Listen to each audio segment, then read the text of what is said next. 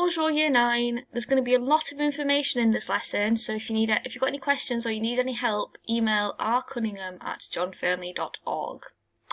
Okay, today we're learning about avoir and être, probably the two most important verbs in French, and unfortunately they are irregular. So these are two verbs where you just have to learn the endings. So all of you this week are going to learn avoir and être. Most of you will be able to adapt avoir and être and use it in situations where you probably wouldn't use it in English. And some of you are going to use it in the past tense as well. I know we've seen this in Year 8, and so it's going to be a really quick run through. So as I say, if you've got any questions, just email me. Close your fact books for this first couple of activities, please. So we're going to look at avoir first, the verb to have. I've got the people on the left, a blank in the middle, and the English on the right. I want you to fill in this middle column with the right part of avoir from this box. So how do we say I have? Je. Which one of those? Pause the screen here and try and fill in the correct part of avoir without looking at your fact book.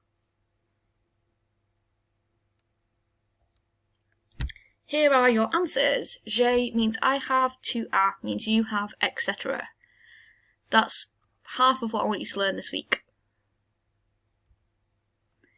Now, please be careful because sometimes we need to use avoir in French where we wouldn't use it in English. And actually, if you get these right, you get more marks at GCSE French.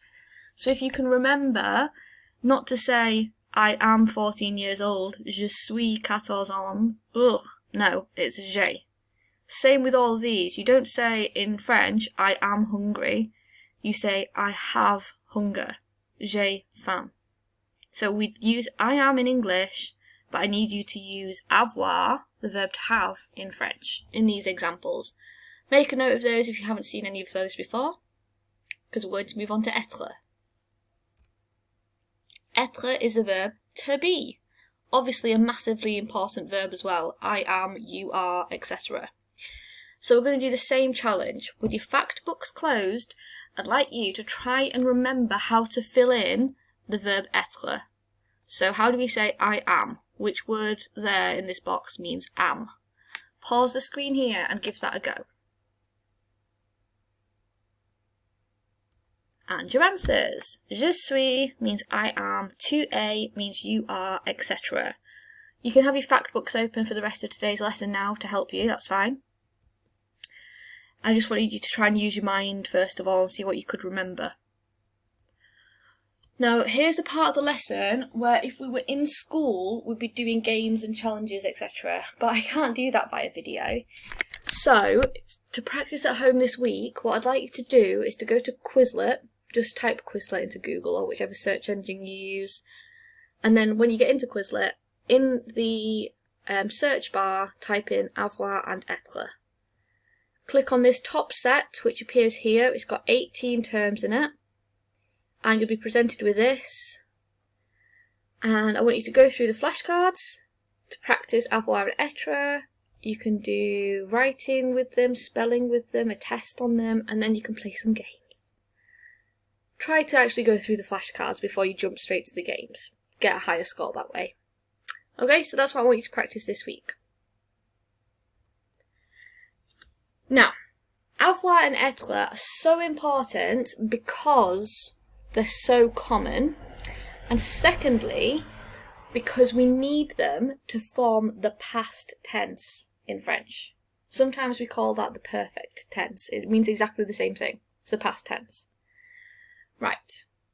I've just put up a few pictures on here to get you into the mindset that we're now going to be working in the past. We're going to look at verbs that use avoir in the past tense. Okay, here's a lot of information, but as I say, you've done it before in Year 8, there's nothing new here, and if you're completely lost, send me an email and I'll send you some simplified stuff that we did last year. So, the perfect tense is just another way of saying the past tense, to say what you did or have done. So for most verbs, what we do is we take avoir, I have, you have, he, she has, etc. from your fact book, And then we add a past participle. Past participle is just a fancy way of saying listened, played, sang, went, etc. So to make a past participle, what we need to do is, if it's an ER verb, which most are, if it's an ER verb, we're going to chop off the ending and make sure it's an E with an accent. That's a lot of information in one go. Have a read through this example and see whether you get it. J'ai chanté means I sang. Tu as chanté means you sang. Il, elle, on, a chanté means he, she, we sang. Look, the chanté never changes. What changes is the verb avoir, which we've just been practicing. I sang, you sang, he, she, we sang. Okay, but the chanté, all we've done is we've taken the verb chanter, which means to sing, we've chopped off the ending, and we've made it E with an accent. Okay? So if I was to do an activity just using these, I think most of you would just get it like that. I clicked my fingers, you couldn't see. Some verbs don't end in ER, remember? Some verbs end in IR or RE. If you come across a verb like that, which aren't very common, but if you do, the first bit remains the same. J'ai, tu as, il, elle, on, a stays the same. But then rather than sticking on an E with an accent, we stick on an I, if it's an IR verb, or we stick on a U, if it's an RE verb. That's a lot of information in one go. I'm going to do some practice, but if you need to sort of recap that, do. Pause the screen and have a read through a couple of times till it's in your head. I want you to translate these verbs into French. So, let's do the first couple together, and then then you can pause the screen and fill in the rest. So, I danced, we've got an ER verb. So, how do we say I in the past tense? We say j'ai. How do we change dansé? We chop off the ending and make sure it's an E with an accent. J'ai dansé means I danced. Now we want we chatted. So, we know we want nous. How do we say we have? Nous avons. How do we change bavardé? We chop off the ending and we stick on an E with an accent. So do that for the next 5, and then numbers 8 and 9 are a bit trickier because we've got an IR and an RE. So pause the screen here, give it a go. Answers appearing now. She downloaded, elle a téléchargé. You loved, tu as adoré. They hated, ils ont détesté. Do you see what I'm doing? I'm just using the avoir, and then I've chopped the R off all these verbs and stuck on an E with an accent. Danser became danser. Bavarder became bavardé. Same for number 6, which should have an accent. Oh, that's embarrassing. PowerPoint has changed voyager to voyage in English. That should have an accent on it. And number 7, on a organisé. We organised. Number 8 and 9 are a bit different to remember. Il a fini. If the verb ends in IR, change it to just an I. And number 9, oh no, it should be j'ai attendu. I do apologise. That should be j'ai attendu. No, I've put you waited. Silly Mrs. Cunningham. J'ai. Right. So far so good, I hope. If I've lost you already, go back and practice avoir. If you're still on board, let's plough on and do être. So, some verbs use être, not avoir, to make the past tense. Okay, that's simple enough. So rather than j'ai here, we would use je suis. Rather than nous avons, we would use nous sommes. Okay? So some verbs you have to use être rather than avoir.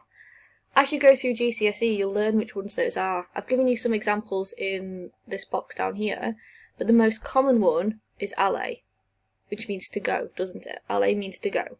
And unfortunately, in the past tense, it's really common and it's irregular. It uses être, not avoir. So you don't say j'ai allé. Never, never, never. You say je suis allé. Hopefully, that's simple enough.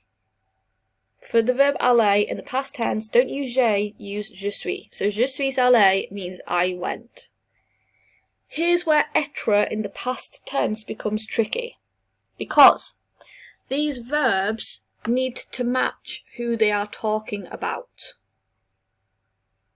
So, if you are a girl, you need to stick on an extra E. If you are talking about a girl, you need to add on the extra E. Here's a good example. He went has one E. She went has two E's. Building on that, we went needs an S on the end because there's more than one of you. And if it's you, who's a girl, and a group of girls, so you are all girls, then you're going to need an E and an S on the end of your verb. Which is really helpful, isn't it? So in French, if we're using être in the past tense, you need to make sure it matches who you're talking about. Let's see this as an example, and then you might find it a bit easier. So, for the sake of this, and I don't want to misgender her, but for the sake of this activity, we're going to say Juliet is a girl. So, you need to read this description about what she did when she went to London, and change the verbs so it's either matches she, if she's talking about herself, she if she's talking about her mum, or we. So let's look at the first one. L'année dernière, je suis allée en vacances. Well, what's wrong with that? She's a girl, so we need to add on an extra E. So go through the rest of them and see whether you need to add on an extra E, or an S, or an E and an S. Pause the screen here. Okay, number one was aller with two E's, because she's a girl. Number two, nous sommes allés with an S, because there's more than one of them. We went to London by train. Number three, we arrived Monday evening, has to have an S on the end, because there's still more than one person that they're talking about. Right, on Tuesday, mum, ma mère, est allée. My mum went. She's a woman, we need an extra E. Mon père, ma sœur, et moi. My dad, my sister, and I, we went, needs an S, it's plural. Number six, je suis tombée. Oh no, I fell, needs an E. And je suis restée also needs an E. She's just talking about herself, and she's a girl, so we need E's on the end of our verbs. Ma mère et ma sœur, my mum and my sister went. We need an E and an S, more than one female. And number 8, back to the plural again. Nous sommes rentrés en France. We returned to France. Okay? Oh, that was a lot to take in. I'm not expecting all of you to still be with me at this stage. I do, however, want all of you this week to know how to use avoir and être. I want some of you to know that avoir and être can be used slightly different in English and French.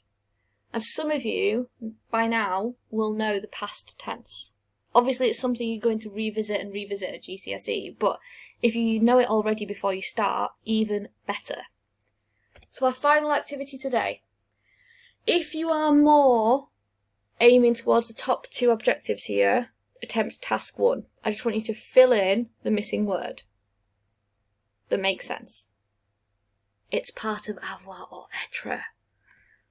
And then, if you're more here, then I want you to try and change these 6 sentences into the past tense. Okay? So task 1's easier and task 2 is harder. You don't need to do both. Task 1, fill in the missing word from avoir or être. Task 2, change these 6 sentences here to the past tense.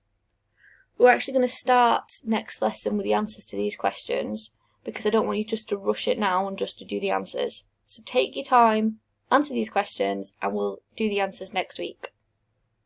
Okay, thank you very much for listening this week. Any questions, email me, it's Mrs. Cunningham. Okay, au revoir!